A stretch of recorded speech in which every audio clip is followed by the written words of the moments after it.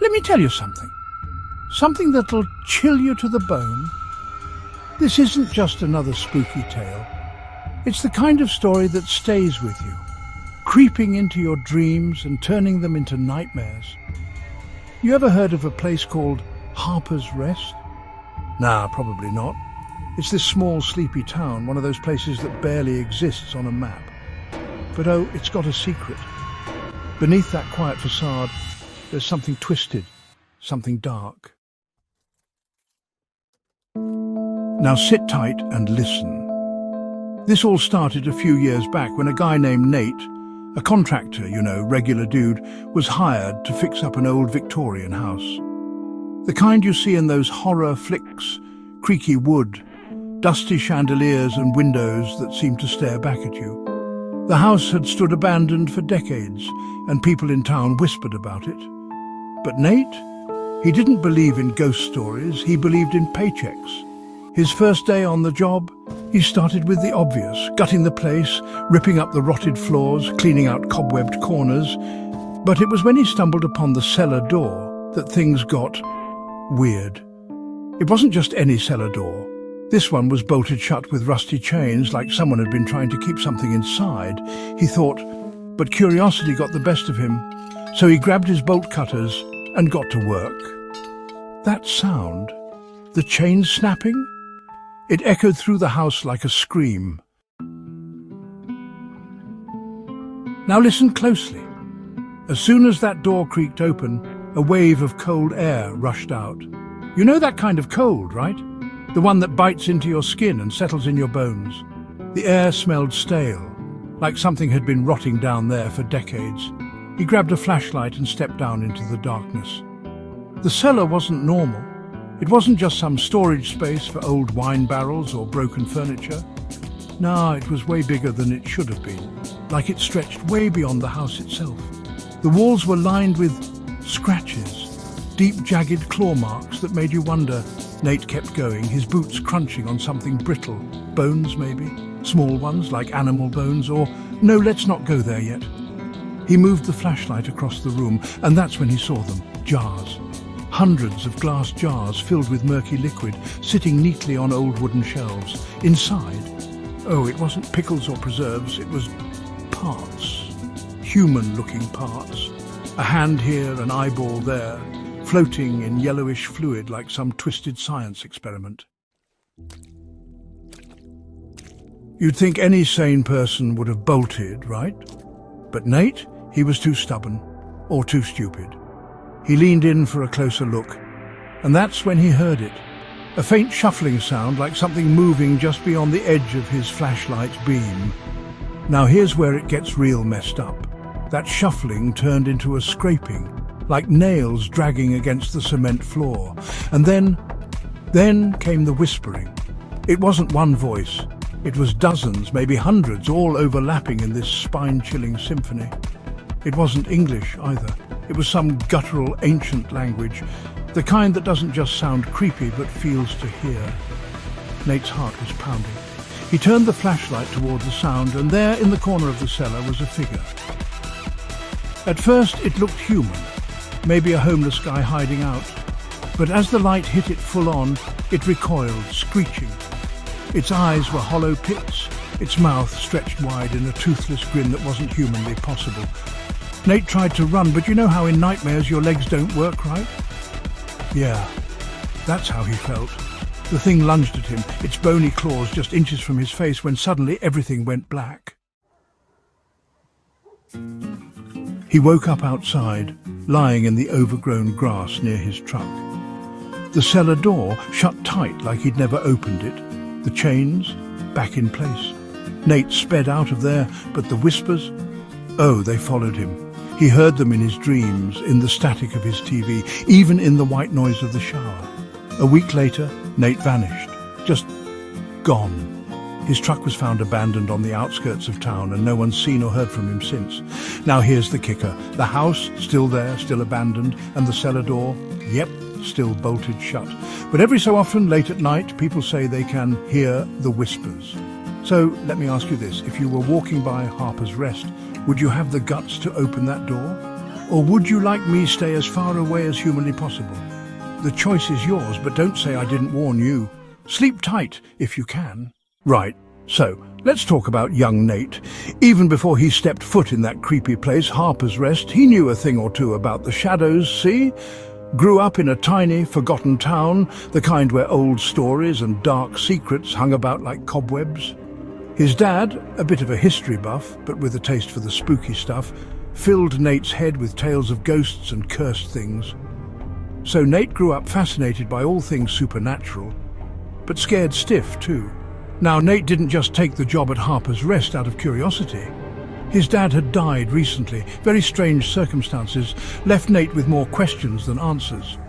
And going through his dad's things, Nate found this old diary, leather-bound, full of strange scribbles about Harper's Rest and its cellar. One line sent shivers down Nate's spine. The whispers hold the key. Spooky, right? Poor Nate, desperate for answers.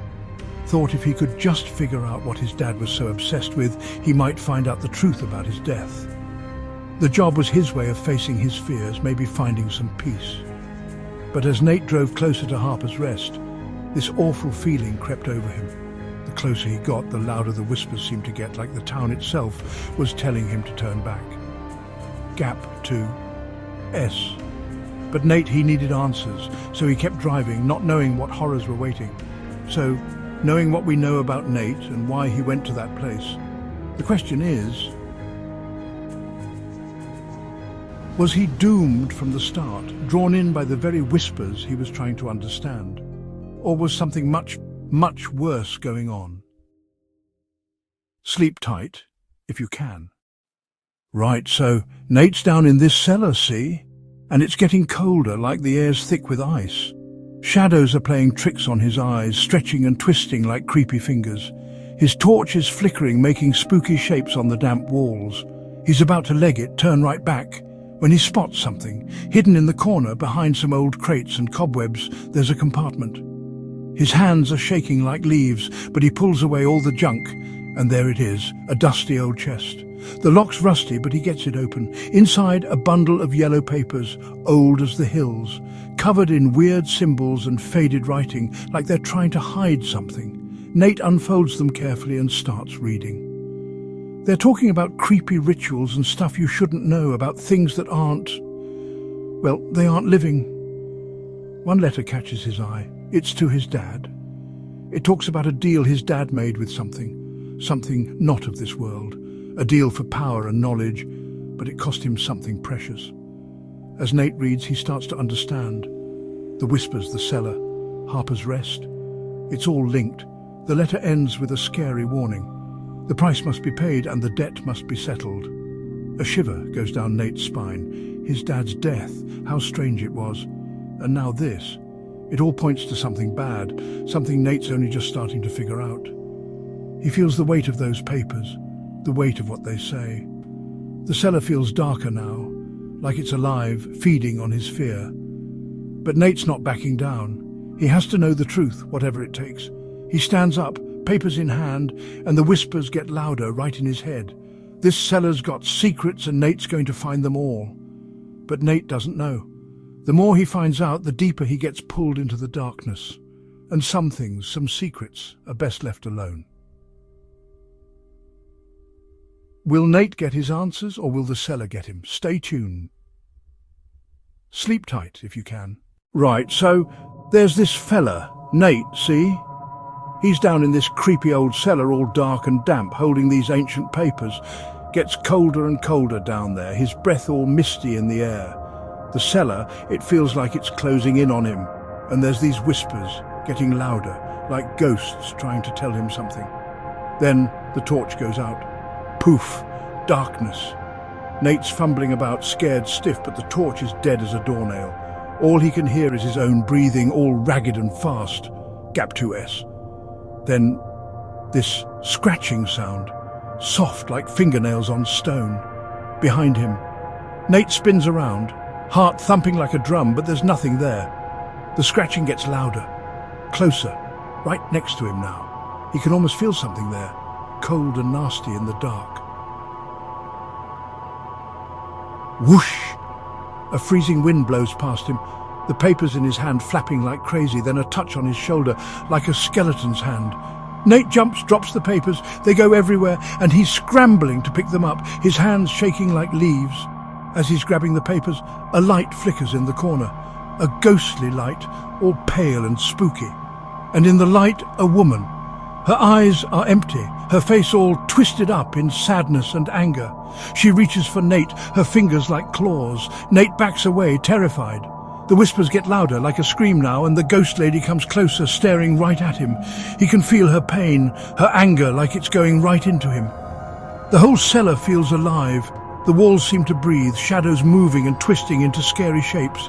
It feels like something bad is about to happen. Nate knows he's got to get out, but his legs are heavy.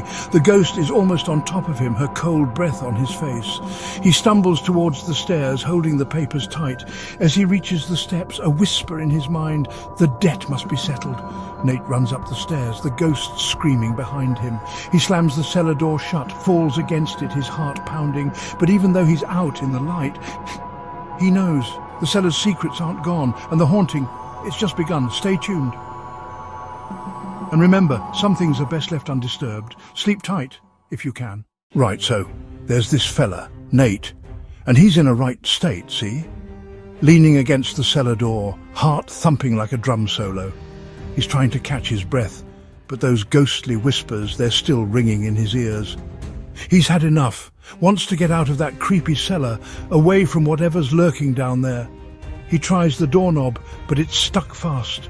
Panic starts to set in. He's trapped. Suspenseful music begins. He's banging on the door, yelling for help.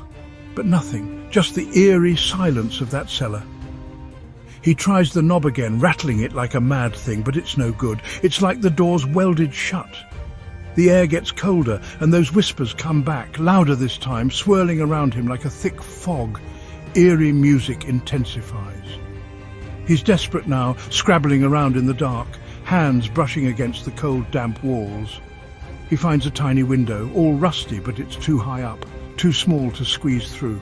Then that scratching sound starts again, coming from everywhere, like the walls themselves are alive. Nate's breathing fast now. He can feel something close, the temperature dropping even more. His torch flickers back on, casting long, creepy shadows that seem to move and make fun of him. And then, in the corner, he sees her again, that ghostly woman. Empty eyes, face like a mask of sadness and anger. She reaches out, her fingers stretching towards him. Climactic music swells. Nate backs away, his mind racing. He can't stay here. He's got to find a way out. He turns back to the door, throws his whole weight against it. The wood creaks and groans, but it holds. The whispers turn into a deafening roar, and the walls feel like they're closing in. One last try. He grabs some scattered papers and throws them at the ghost. The woman stops, looks at the papers. For a second, the whispers quiet down. The air feels a bit lighter. Nate sees his chance, throws himself at the door one last time. Crack! The door bursts open, and Nate stumbles out, gasping for air. He slams it shut, shaking with fear and relief. But as he stands there, catching his breath, he realizes something's different. The cellar, it's got its hooks in him. It's not over. It's just the beginning. Stay tuned. And remember, some doors are best left unopened. Sleep tight if you can. Right, so there was this fella Nate, see? He scrambled out of the cellar, heart thumping like a drum, breathing all raggedy. He went to the old library, all dusty and quiet, hoping for a bit of peace, you know. The air was thick, heavy-like, and the silence, well, it was deafening. He slumped into a chair, trying to figure out what in God's name just happened. Reflective music begins. Then, brrr! That chill came back. The room went cold, dark as night. Nate's eyes darted around, looking for what was causing it. And there she was, the ghostly woman, right there in the doorway, looking sad and angry all at once. Haunting music intensifies. Nate's voice shook when he spoke. "What do you want from me?" She didn't answer him, mind. Just floated closer like a cloud, but colder. Nate could feel the fear gripping him tight. Then she spoke, her voice like the wind whispering. "You must remember." Nate was confused. "Remember what?" he asked, barely a squeak. The ghost reached out, her fingers brushing his head. Suddenly, memories flooded back, things he'd forgotten, buried deep. Reflective music swells. He saw himself as a kid, playing in that same cellar, finding things he shouldn't have.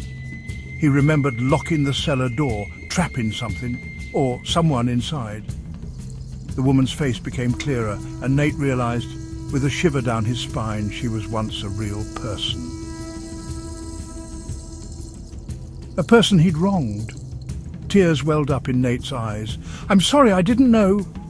The woman looked a little less angry, but then her eyes went hard again. "Too late for apologies," she said, her voice echoing with sadness. "You must make it right." Haunting music swells. Nate felt a heavy weight on him, something he couldn't ignore. He knew what he had to do. "I'll fix this," he said, the fear gone, replaced by something stronger. The ghost nodded, then started to disappear. "Remember?" she whispered one last time, gone into the shadows. Reflective music fades. Nate was alone again, the weight of his past pressing down on him. He knew it wouldn't be easy, but he was ready. For the first time, he felt a little bit of hope. The cellar's secrets were out, but the real trouble was just beginning. Stay tuned. And remember, sometimes you gotta face the past to find peace. Sleep tight, if you can. If